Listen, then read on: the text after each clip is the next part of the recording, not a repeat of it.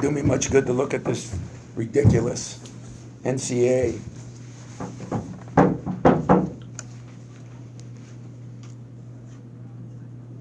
I'm disappointed in how we played. I thought we did another horrendous job at the beginning of the game.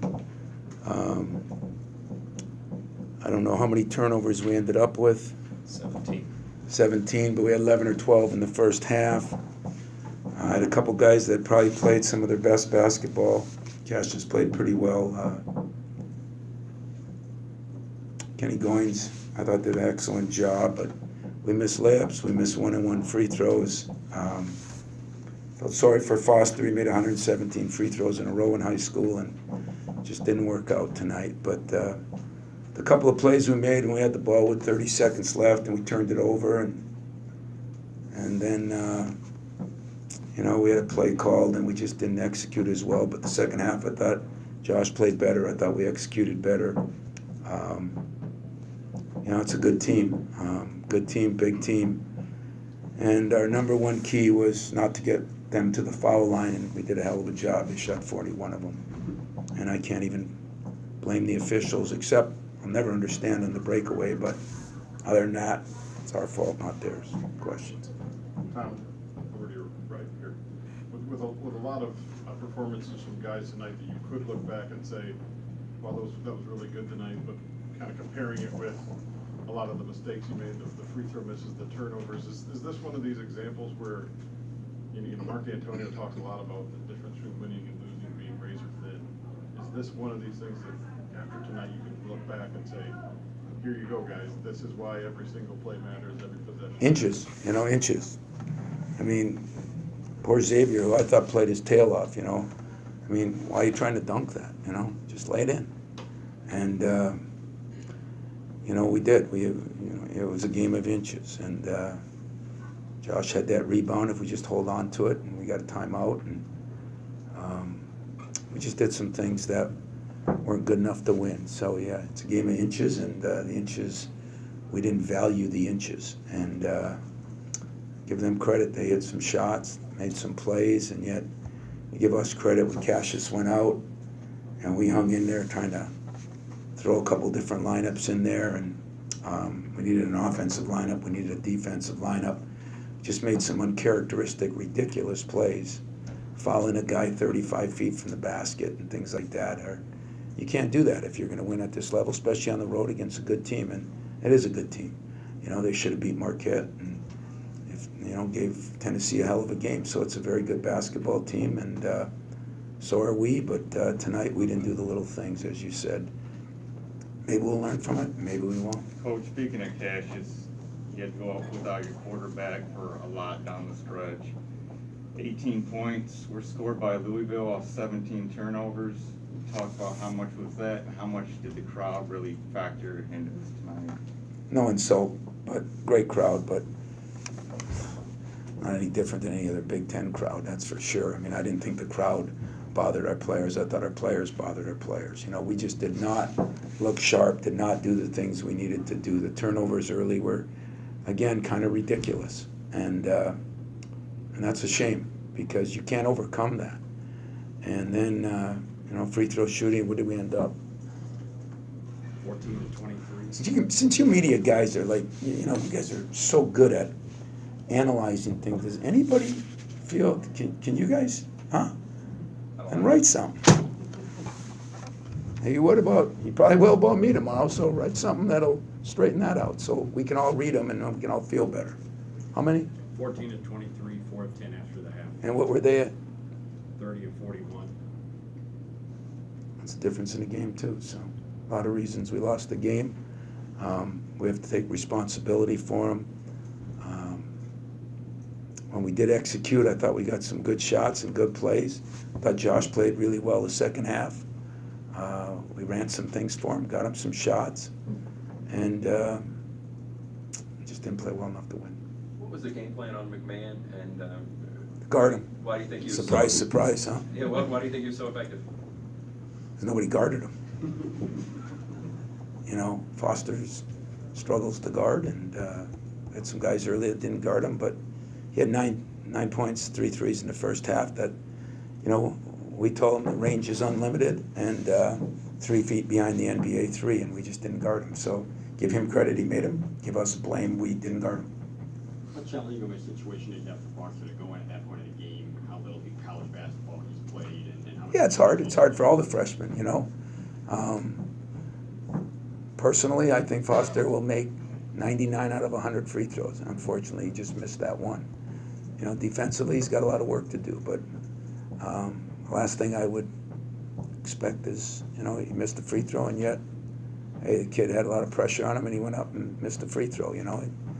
I missed one in high school myself, so I understand how that is, and I feel sorry for him because he is not a great free throw shooter. He's a prolific free throw shooter. I mean, I think his record in the state is 117 or 138 in a row. So just wasn't our night. Gabe Brown, what you saw from him, those 2 shots, obviously didn't look like he hesitated. An important night for him. Boy, I really appreciate you guys because I'm not very happy the way we played, and instead of you jumping on me, you're trying to find a silver lining, and I appreciate that. I thought we did get something out of Gabe. I just thought that our freshmen did look like freshmen, and yet there's nothing like a good experience to go on the road and lose a tough game when as you say, the inches matter. Usually that'll make you make practices a little better on what you talk about, or film sessions on what you explain and what's going to happen. So I think, you know, Gabe learned something. It's not the offense of those guys. They've got to learn how to guard some people, and all of them struggled in that area. But I don't want to undershadow you know, Goins and Kyle Arns. You know, played his tail off, played more minutes than he's ever played in his life, and played hard. And Kenny was good, and X played very good. Xavier played very good. He just, you know, missed a layup. And hey, you'd have to be in a practice from all coaches. Whenever you do the layup line, which every coach does every minute, start every practice, and every coach says layups cost you guys games. But maybe I'll just keep rewinding those things. Free throws cost you games. Those are things you have more control over. And yet, you know, I thought Louisville was a very good team. I'll be honest, when we were 6 down at halftime, I was surprised, or whatever we were down, because I didn't think we played very good. I don't know, he thought they played, but he's got a good team. He's got a lot of people to bring in, and got some size. He's got a little bit of everything. Tom, I'll bring you down then a little bit. Is it in that last minute of regulation when you get the stop and Josh has the ball, and it's one of your more experienced guys who gives the ball up at that point, how difficult is that? Well, I got to take the blame for that because I must not have done a good enough job in the timeout of telling him we had another timeout if he gets at all trapped. So I think I'll take the blame for that one. And, you know, I think he wished he would have had that back. But at the same time, you know, I've got to do a better job myself. Tom, it isn't an excuse, you haven't even mentioned it, but the fact that McQuaid wasn't here, Cash looked exhausted. Can you talk about Cash's effort? Because clearly he gave it, and an update on McQuaid, please. Yeah, you know, Cash did, and McQuaid. I told Mark D'Antonio all year that it's really great of coaches the way we say that next man up all the time. I always say if the next man up was as good as the guy that we lost, he'd have been a starter. So I'm not trying to fool anybody. McQuaid was our best defensive player by far. He's played the most minutes on our team this year, and it was a loss. But, you know, really his replacement did pretty well.